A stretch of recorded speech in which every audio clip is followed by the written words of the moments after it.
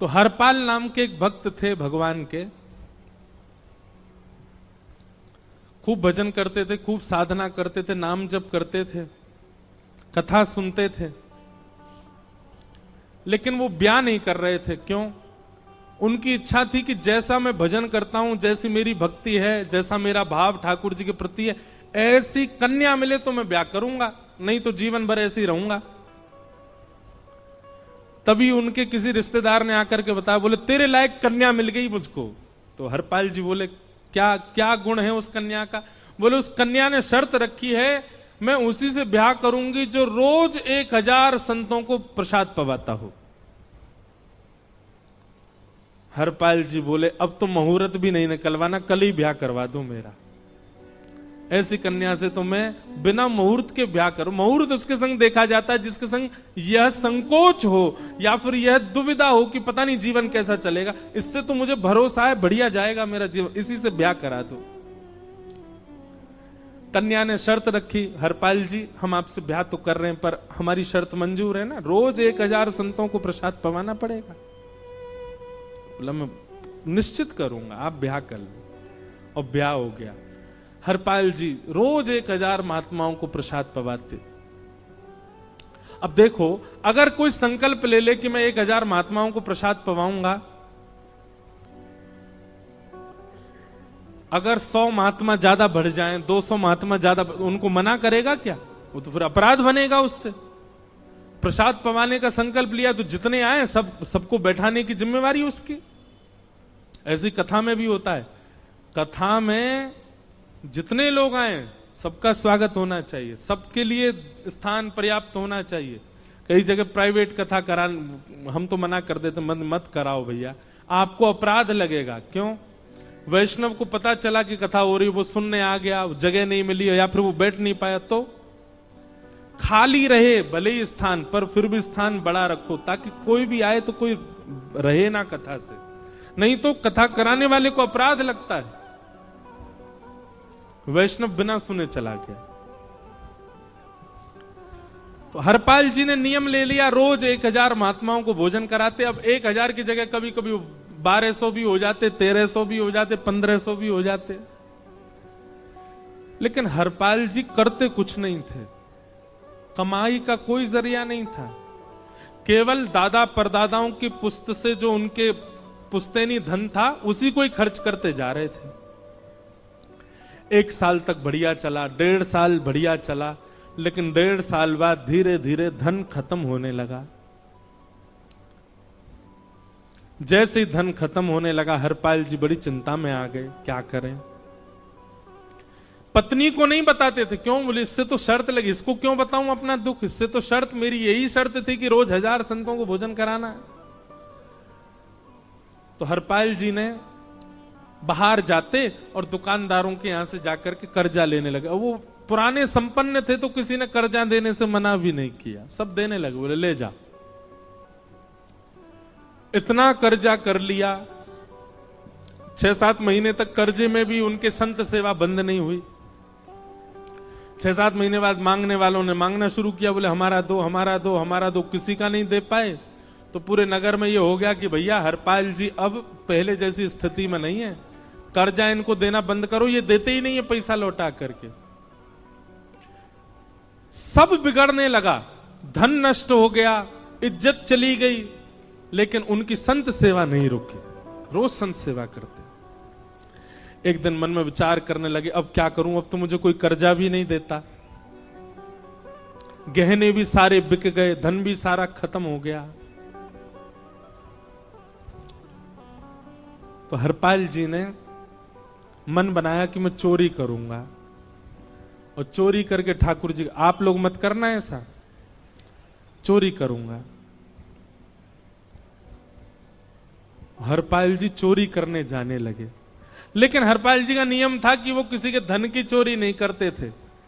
संपन्न लोगों के घर में जाते थे और उनकी रसोई घर की सामग्री चुरा लाते थे, चीनी, दाल, आटा, चावल, मूंग, नमक, मिर्च, ताकि भंडारा हो जाए सवेरे। इस प्रकार महाराज चोरी होने लगी। एक घर की हुई, 2 घर, अब तो हल्ला होने लगा। बोले कि घरों की सामान, राशन चोरी हो जाता है। वो बड़ा विचित्र चोर है, धन नहीं चुराता है, राशन चुरा के भागता है। ऐसी चोरी होने लगी महाराज। अब तो लोगों ने अपने अपने घरों में पहरेदारी शुरू कर दी कि चोरी ना हो। तो हरपाल जी को और दिक्कत होने लगी, क्या करें, कैसे करें।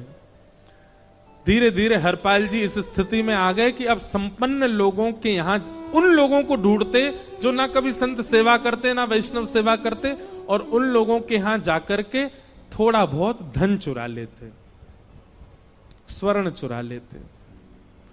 करना कुछ नहीं, अपना घर नहीं बनाते थे, बसाते थे, संत सेवा करते थे।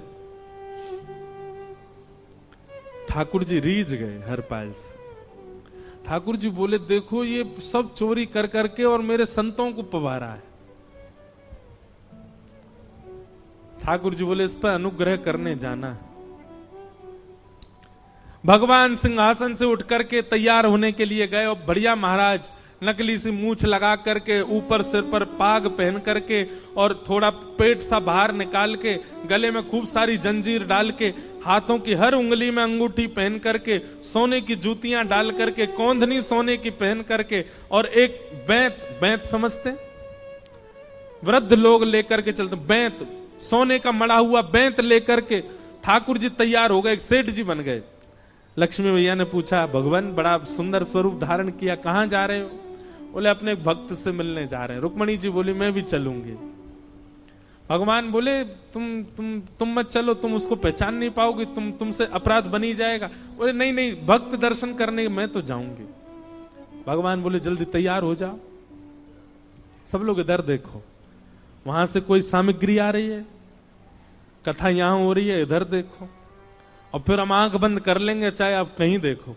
आंख खुली है तो हमको ही देखो। रुक्मणी जी एक सेठानी बन गई, ठाकुर जी सेठ जी बन गए, और दोनों ने मन में विचार किया कि हरपाल जी को दर्शन देना है। और यहां हरपाल जी की स्थिति क्या थी? अब संत सेवा के लिए कहीं से भी धन नहीं मिल रहा था। तो हरपाल जी एक मार्ग पर जाकर के बैठ गए और सोचने लगे, कोई धनवान यहां से निकलेगा तो उसको लूट लूंगा, और लूट के भाग जाऊंगा, सारा धन संत सेवा में लगा दूंगा। तभी उस मार्ग पर कोई और तो आया नहीं, ठाकुर जी सेठ बन करके आ गए। और महाराज खूब सारे गहने पहन करके, पाग बढ़िया सोने की जड़ाऊ पाग पहन करके, ऐसे वस्त्र पहन करके, और छम छम करते चलते आ रहे हैं। उन गहने ही बज रहे हैं ठाकुर जी के।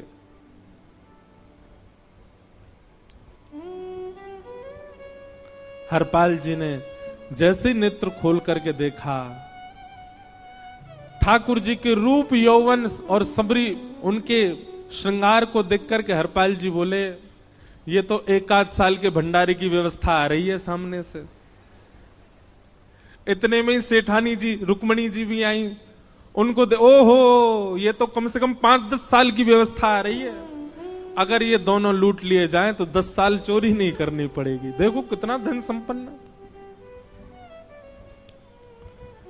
हरपाल जी के बगल में जैसे ही ठाकुर जी पहुंचे, हरपाल जी बोले, भैया जय श्री कृष्ण, प्रणाम।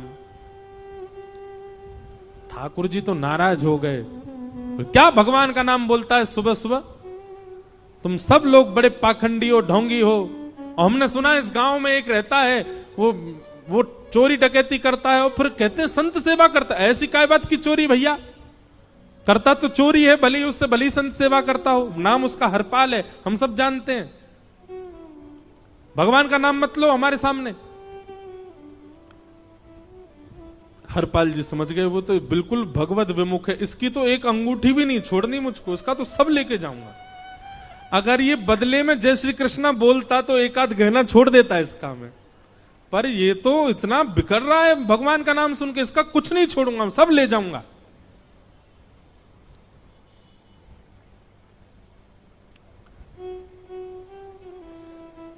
हरपाल जी बोले, हाँ भैया, एक रहता तो है डकैत इस गांव में, और उसका कोई पता नहीं है, वो कभी भी आ जाता है। लेकिन एक मार्ग जंगल में होकर के है, उसमें गांव में नहीं जाना पड़ता। जंगल से गुप्त चुप निकल करके पूरे गांव पार हो जाएंगे, आप शहर पहुंच जाओगे। उसका रास्ता मुझे ही पता है। सेठ जी बोले तो तुम हमको पार करवा दो। हरपाल जी बोले मैं पार तो करवा दूंगा, लेकिन भगवान मेरे घर कुछ मेहमान आए हैं, उनके भोजन आदि की व्यवस्था के लिए मैं तो बाजार आया था, मेरे पे धन नहीं है।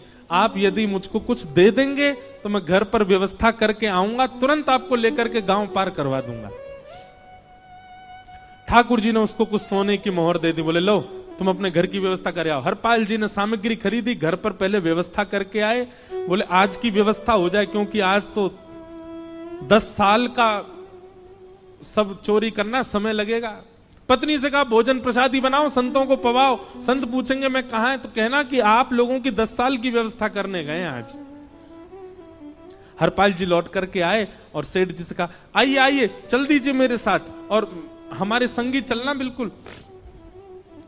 ठाकुर जी रुक्मणी जी चलने लगे।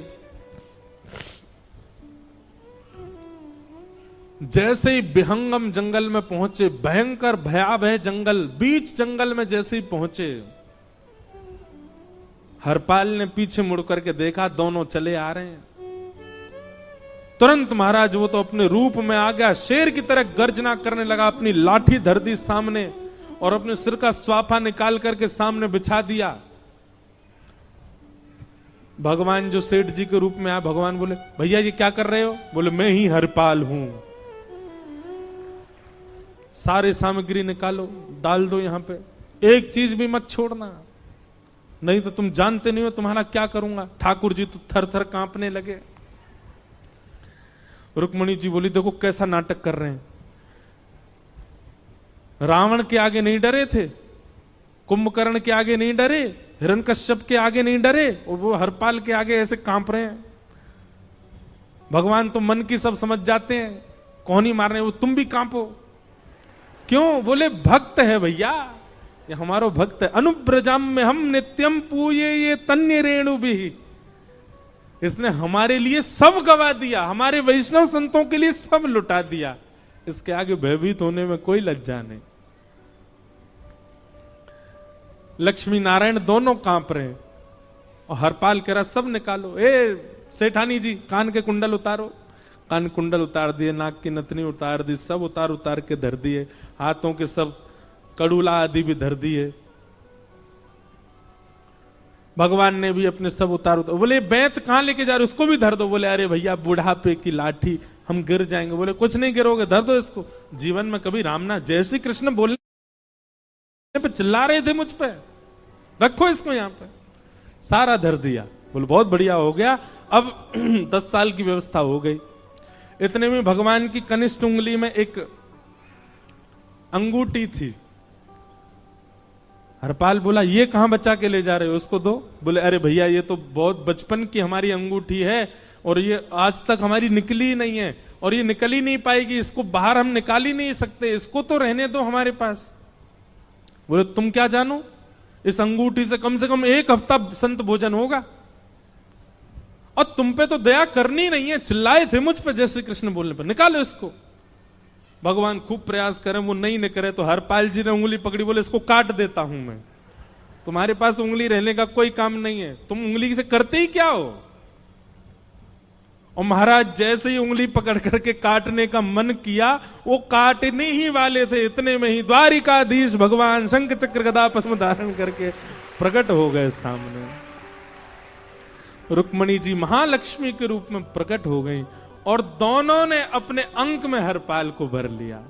हरपाल जी समझ नहीं पा रहे ये क्या हुआ, दूर हटे। बोले नाथ, हम साक्षात द्वारिकाधीश, ये साक्षात रुक्मणी तुम्हारी भक्ति से प्रसन्न होकर तुमको दर्शन देने आए हैं। हरपाल जी घुटने के बल बैठ गए, रोने लगे, सर रख दिया चरणों में, पटकने लगे। बोले नाथ, मैंने अपने नाथ को लूटा, आज मैंने अपने स्वामी के साथ डकैती कर रहा था, मैं अपने स्वामी की उंगली काटने पर मजबूर हो गया था, इसका मतलब तो मैं पापी हूं। मेरा पाप इतना प्रचंड हो गया कि मैं आपके रूप को नहीं पहचान पाया। भगवान ने हृदय से लगा, नहीं हरिपाल, तुमने कभी अपने लिए प्रयोग थोड़ी किया। तुम्हारी पत्नी भूखे सो जाते हो, लेकिन संतों को भूखा नहीं जाने देते। ठीक है, उसके लिए भले ही तुमने वह गलत मार्ग अपनाया जो नहीं अपनाना चाहिए था, परंतु उसमें उद्देश्य कोई और तो नहीं था, मेरे जनों की सेवा ही तो थी, मेरे वैष्णवों की सेवा। और देखो हरपाल, एक मेरी बात सुनो, आज तुम्हारे मन में ग्लानि होती है कि तुमने दूसरों का धन हड़प करके और उससे संत भोजन कराया। वास्तव में इसका विधान शास्त्रों में यह बताया गया, जिसके धन से भोजन बना और संतों ने पाया, परोसा भले ही किसी ने भी हो, कार्यक्रम भले ही किसी ने भी कराया हो, पर धन जिसका लगता है पुण्य उसी को मिलता है। तुमने तो अपने गांव के, शहरों के उन लोग जो कभी संत सेवा नहीं करते थे, उनके धन चुरा चुरा करके उनको पुण्य बांटा है। तुमने कुछ गलत नहीं किया है। हां, अपने प्रयोग में यदि लेते तो पाप हो जाता, लेकिन तुमने तो एक रत्ती भी अपने प्रयोग में नहीं ली, सब संतों में लगा दी, और जितने लोगों का धन चुराया उन सबको पुण्य प्रदान कर दिया। हम तुमसे बड़े प्रसन्न हैं। हरपाल जी चरणों से लिपट गए, बोले नाथ आप बड़े कृपालु, बड़े दयालु। भगवान बोले अब हमने दर्शन दे दिया, अब हम जाएं। और सुनो, ये सारा धन हमने दिया है, 10 साल का नहीं होगा इससे। तो बोले जब तक तुम जीवित रहोगे तब तक की सेवा बनेगी, इससे संत सेवा चलती रहेगी। ये सारा धन आभूषण हम लेकर के इसीलिए आए थे ताकि तुमको अब कभी किसी से मांगना ना पड़े, किसी से हड़पना ना पड़े। भगवान जाने लगे तो हरपाल जी चरणों में गिर गए, बोले नाथ आज मैं आपके दर्शन कर पाया, मैं संत सेवा कर पाया, इसमें सबसे बड़ा योगदान मेरी पत्नी का है। उसने नियम नहीं बनाया होता तो शायद मैं कभी ऐसा नहीं करता। आप उसको दर्शन दिए बिना जाएंगे, मैं उसको क्या बताऊंगा? मैं उससे जाके कह भी नहीं पाऊंगा कि आप मुझे मिले, और उसकी वजह से आप मुझे मिले, वो कृपा कर उसको दर्शन दे दीजिए।